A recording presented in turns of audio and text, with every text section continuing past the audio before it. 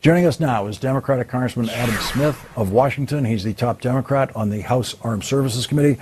And Congressman Smith, when I see them releasing yet another video that they're very proud of, that seems to say they are deeply ashamed of the video that they are hiding, and they must think that it looks like murder on that video that they're hiding.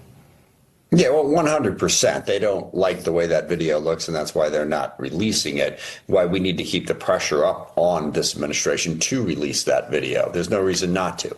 They've released, 25, 30 different videos now. There's no sensitive or classified information involved.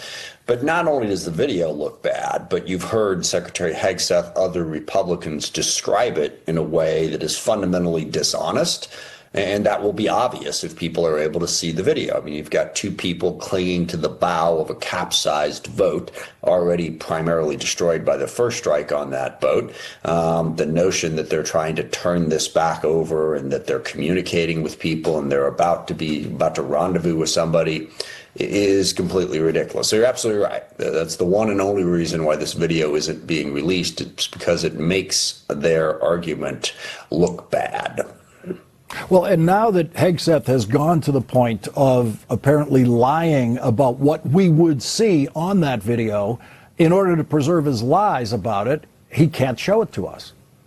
Yeah, 100%. I mean, that is one of many problems with this entire operation. As you know, the legal justification for it is a huge problem as well. But then there's your point about what do we know about these votes that are being struck? Now, we have a lot of information about narco traffickers down in that region over decades that has been accumulated. And I'm sure we do have intel on who actually is out there tracking.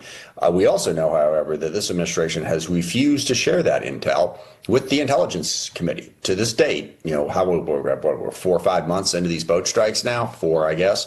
They haven't briefed the Intelligence Committee to show us the raw intelligence. Okay, you say the intelligence pointed you in this direction. In every other campaign like this, in Iraq, Afghanistan, Yemen, Somalia, they regularly brief the appropriate committees to show them how they piece this together to conclude that this person, this group, was a legitimate target.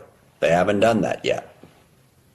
The boats that I've seen, small boats, all with outboard motors, the amount of extra fuel tanks you would have to take on those vessels in order to get them up, even as far as Cuba, it would make it impossible to carry all the drugs they're claiming that they would carry. So those boats have to have refueling stops, or they're just maybe going to make one stop at some island there, and that's it. There's no way those boats, when they are underway and being shot at down there, are actually on their way to the United States. Correct. But let's step back for a second and look at a couple of big aspects of what's going on here. Aside from the intelligence and the second strike on September 2nd, you've got the issue of, well, why are we doing this exactly? And why we're doing this is to push for regime change in Venezuela, but also to go with Donald Trump's rather weird 21st century view of the Monroe Doctrine that the U.S. should dominate the Western Hemisphere. I think that's a really bad idea. A lot has changed since the 19th century, but that's what this is really about. Donald Trump wants to assert control in the region. Blowing up boats is one way of doing that. It's also one way of putting pressure on the Maduro regime, who refuses to work with the Trump administration and trying to drive them from power. This is a regime change operation. This is a war by any other name. But then the second thing is, are we really trying to reduce drug trafficking in the U.S.? Is blowing up a few dozen boats in the Caribbean going to have that impact? I don't know of any sensible person who understands this issue who says yes. It's not going to have much of an impact on that.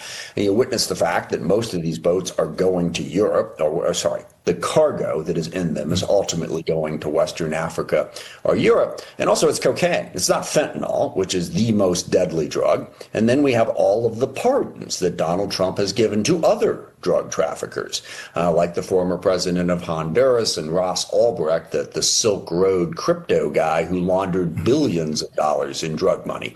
So it doesn't seem to be focused on drugs, and it's not. It is focused on an autocratic 19th century view of what Donald Trump thinks the United States should be doing in the Western Hemisphere, and that is very dangerous for the American people and isn't going to do anything to deal with the very real drug problem that we have.